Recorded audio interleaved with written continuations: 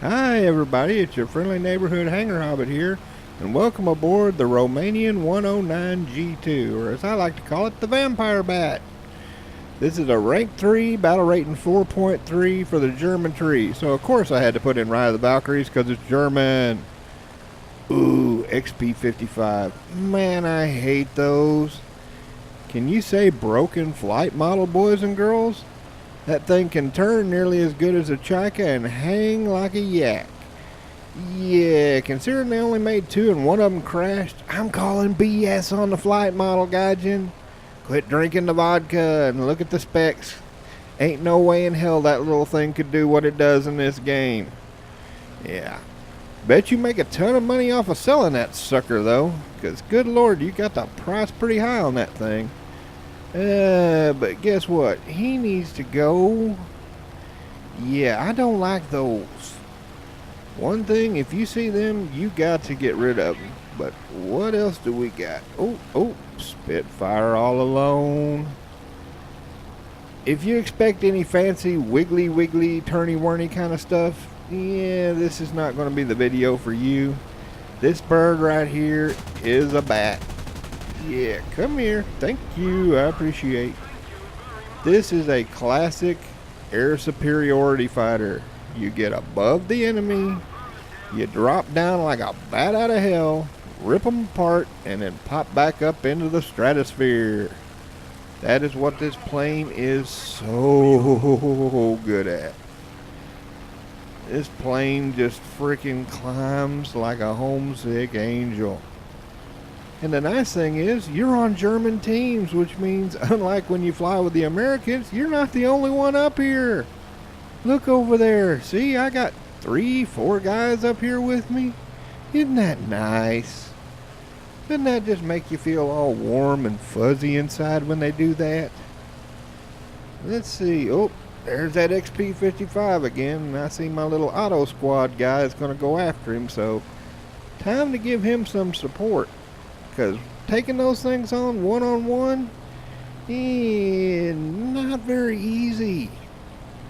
Like I said, turns on a dime, doesn't seem to lose energy, and can prop hang with the best of them. So, nope, not going to let him do it. And yep, this is one thing you're going to love about this bird. Speed. This thing can generate energy like you would not believe in a dive. In fact, you have to really watch it to keep from overspeeding. But you still have control. It's not like the XP50 or the Tiffy where once you get above a certain threshold, your controls just lock up solid.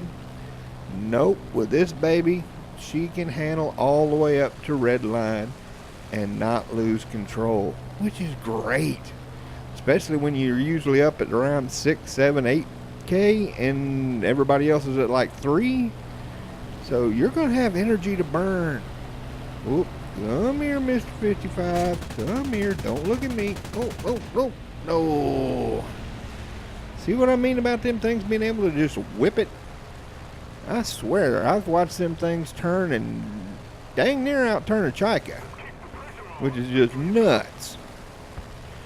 But I got all this yummy energy, so I'm just going to flip her over and come back down. Yeah, you're not getting away, Mr. 55. I don't like you. You need to go. Yeah, you turn too dang good. You need to get out of here now. Come here. Thank you. I appreciate. And, of course, somebody tries to snatch. Oh, and he mad. He really mad. Bet spending all that money on that don't feel too good right now, does it, buddy? Oh, look out. Oh, my little teammate forgot the yak attack. You always got to watch out for a yak attack. 2 most broken planes in this game are the XP-55 and the Yak 3s. Yeah, can you say Russian bias, boys and girls? I don't know whether it's that or just incompetence on the design, but whatever. Come here, buddy. And sparky-diddy spark. Russian bias EXE engaged. Good Lord, Gaijin, I thought you fixed the whole sparking thing. Jeez. It's just friggin' ridiculous. I mean, good Lord, I've only got 150 millisecond ping. Networking. Hire somebody that knows what they're doing. Maybe, you know, quit buying so much vodka and buy a little more bandwidth, maybe? Ugh. Oh well, what can you do? It gives me an excuse to fly this more. I don't care. This thing is just such a joy. I probably got enough footage. I could probably make an hour-and-a-half video just on this bird. This has to be my favorite bird in the German tree, bar none. It's one of those kind of planes where even when you get up tiered, you're like, oh, happy day. Happy day. Maybe somebody will climb. Happy day. But then, of course, you get Americans, and guess what? They never do. Oh, and guess what we got? Yep, we got runners that are going to go camp. Don't you just love that? When they go to camp the runway, because, of course, the AAA in this game is completely broken. Yeah, show me where in the secret documents, Gaijin, that World War II flak could take somebody out from 6 kilometers away with a single round. Because, yeah, that's another one I'm calling BS. But here's what you do. If you get some that decide they want to camp, when you're in a bird like this that can just eat altitude for breakfast, your job becomes fighter suppression. You'll notice I'm taking charge of my team here. I'm going to find out who's got the most gas. I'm going to warn them away from the AAA, and what we're going to do is suppress them. Except, of course, we got one 109 who's desperate for a kill, who's going to try to charge in there anyway. And needless to say, I tell him that's not really a smart idea. Not smart at all. Oh well. For those who want to know a bit about this bird, the 109G, the best scoring ace ever in world history, flew 109Gs exclusively. Yep, Eric Hartman with 352 kills to his credit flew the 109G exclusively. So that should tell you about this bird. He raved about how incredible this plane was, how good it was at generating energy, how he could pop it in and out of a spin with no problems at all. He said the only problem that they had with the G series was the takeoffs and landings, especially takeoff. Because the same problem it has with all the other 109s, it has them little bitty tracks and a very powerful engine. So if you're not careful and give it too much gas on takeoff, in real life that thing will just throw you right off of it like throwing a wild horse. So, yeah. He said they lost a lot of pilots on takeoffs. But, oh, what a joy to fly. I mean, look at how just quick I can just climb up here, get up to about 4K where their stupid AAA can't get a hold of me. It's just so nice. Telling my team exactly where to be, what to do, and I'm getting right up here to where their stupid AAA can't get me, and I can keep an eye on them. That's really what you have to do when you get campers these days. There's no point even trying to get near that AAA. You're just going to get ripped apart and give the win to the enemy. And you don't want to reward camper scum, do you? Of course not. So don't be afraid to take control of the situation. As my old daddy used to say, boy, there's wolves and there's sheep. Don't be the sheep. Your team needs somebody to take over. Especially if there's just a couple of you left, you need somebody in charge. Don't be the engine, be the chief. So that's what I'm doing here. I'm getting in a good spot where I can keep an eye on the whole enemy team, keep them suppressed, and letting my team know exactly what needs to be done. We got one 109 that's already gone back to base, get some more gas. I got about 6 minutes worth of gas, so I've told them Go ahead, P-47, get up there with your 20 minutes of gas. Get up here to take my spot so I can go land, rearm, refuel, and then be ready to re-engage. Oh, but it looks like Mr. Mustang's about to make him a little mistake. Yep, he just crossed the threshold, and P-47's going to try to take a shot. So in a situation like this, I'm going to back the guy up. I seriously doubt I'm going to get a shot at it, but I want to make sure if he tries to whip that thing around on our P-47, he can't get on his booty. Good job, P-47. I see that fire. Just take all that yummy speed, turn it back into altitude. Get right back up here where I need to be. Yeah, good job, Hitler Bolt. Now, let's switch on over when we finally get him to come back out, which took 3 frickin' forevers, by the way. Finally, Hitler Bolt got tired of it, decided to just start killing off all their ground targets, run out the tickets. I warned him, don't do it until me and the other 109 were in position, but he got bored. I can't say I blame the feller. I've been there, You just want it to get done. You're tired of them camping, so you're like, yeah, the hell with it. I'm getting me some points, and if I kill them, goody goody. But luckily for him, I had already built up plenty of speed, so the Vampire Bat is ready to engage. Oh, hello there, little Frenchie. I see your little F6F. Ooh. You come here, you little camper scum. Yeah, kitty. AAA ain't gonna save you now, buddy. Come here. There we go. Say goodbye to that tail. Just whip that sucker right back around and come on back down. And yep, he's running right back to the frickin' runway again. Surprise, surprise. Of course, in chat, I'm going to start getting a little ugly with him because this is getting freaking ridiculous. I mean, good lord. This is just getting stupid. Look at the tickets. He's losing. Give it up. So he says he wants to surrender. I'm an honorable hobbit. I'll let the guy go. He can land. He can J out. That's fine. As long as the match is over and I don't have to sit here. But guess what he does? He lands and then he just camps. So I have to tell the guys, go ahead, kill off all the freaking ground targets. Finish it off because he's just going to camp the whole damn match. Second place. 3 kills. I'll take it. Let's go ahead and switch on over to that next match. Let's see what we got. P63. No. Nah, he's diving, and I don't want to give up this yummy altitude.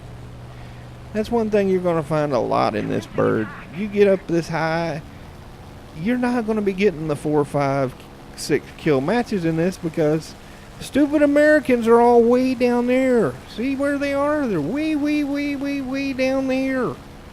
I don't want to give up all this altitude.